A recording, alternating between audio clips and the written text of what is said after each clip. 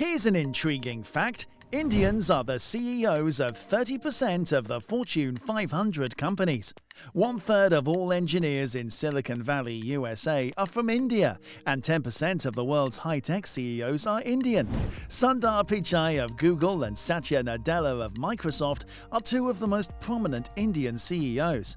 When Parag Agrawal became CEO of Twitter, he became the most recent member of this exclusive group. This isn't all that surprising, because it seems that Indians are doing particularly well when it comes to getting to the top of some of America's largest technology businesses. In particular, when Indian-origin persons account for just approximately 1% of the US population and 6% of the workforce in Silicon Valley, and yet are disproportionately represented among the company's senior executives. But how can Indians end up being considered for such high-level positions? What factors contribute to their success as tech company founders?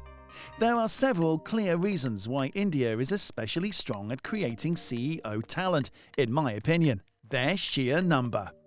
Let's start with the obvious. There are far too many Indians. With a population of over 1 billion, the chances are fairly good.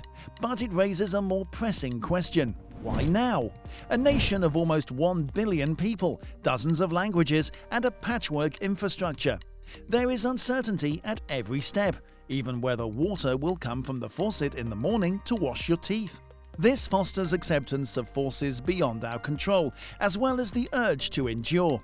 It allows for both innovation and procedural patience in a corporate bureaucracy. First and foremost, resilience.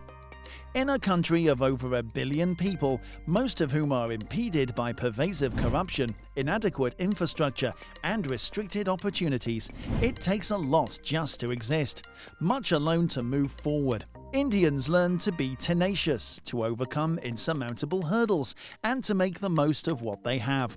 All of this implies that if you make it across the globe and into the employ of a top tech business, you've almost probably already acquired extraordinary resilience and entrepreneurialism, both of which will help you advance in that organization.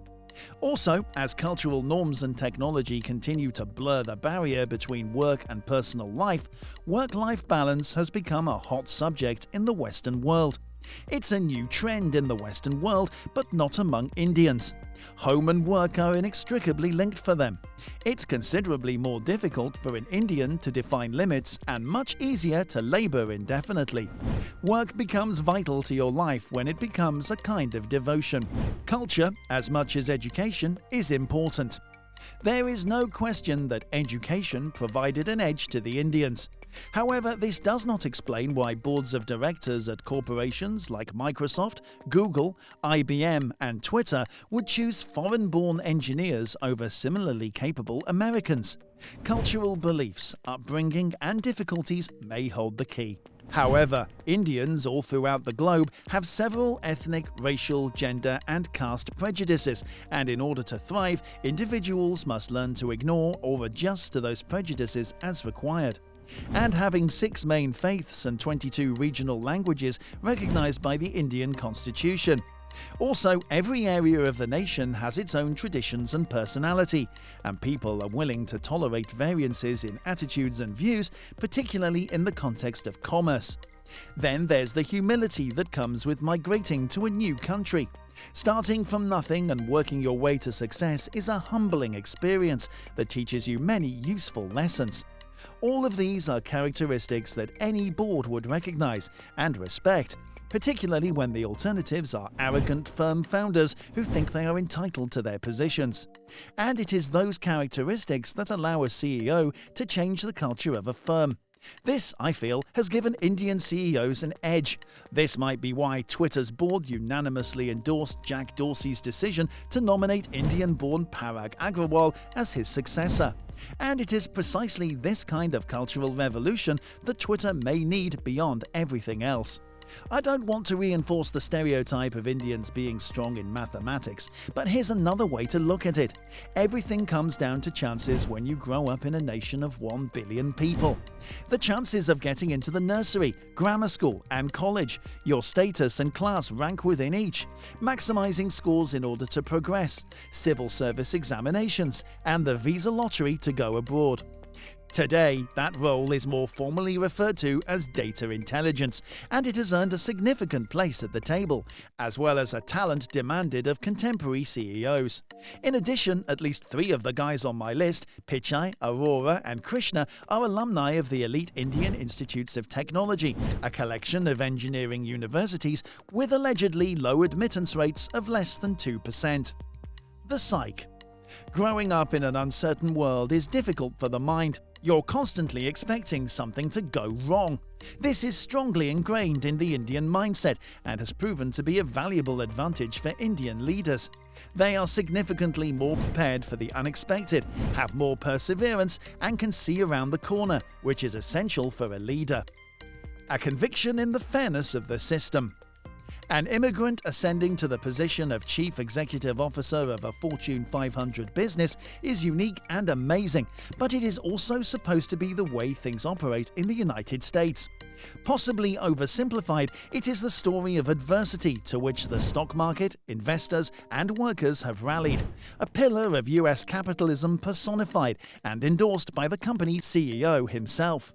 "I am really fortunate. I have had several chances and good fortune," Mathrani said in a speech to a non-profit human rights organization that honored him last year. So the American experience is still alive and thriving. Humility. Moving to a new nation is an eye-opening experience. You often do not understand local traditions or how to do tasks, so you are continually faced with your own limits and blunders. Furthermore, the identification markers you utilized as shortcuts to portray yourself at home are likely to be entirely worthless in your new nation. You can't rely on your birthplace, favorite band, or being so-and-so's friend to express yourself or open doors for you. All you have to rely on are your own words and actions to demonstrate your integrity and credibility. This process of overcoming these challenges tends to leave you more open-minded, less snobby, and if the early problems do not break you, better at identifying and evolving from your prejudices and limits. All of these characteristics will benefit a future CEO. However, the population of Indian unicorns has skyrocketed in recent months. At the moment, it appears that investors are flocking to Indian businesses. With its promises of success and wealth, different startups may not be able to get the next generation of Indian IT workers to come to work for them soon enough. Is it just India that generates folks with these characteristics? Obviously not. However, when these benefits are combined with the sheer quantity of smart strivers pouring out of a nation of 1.38 billion people, it becomes less unexpected that so many of America's top tech businesses are run by Indian-born CEOs. And there will be many more Indians at the helm of multinational enterprises. Please let me know whether you agree or disagree. If you have any further reasons why Indians continue to excel, please share them in the comments section below.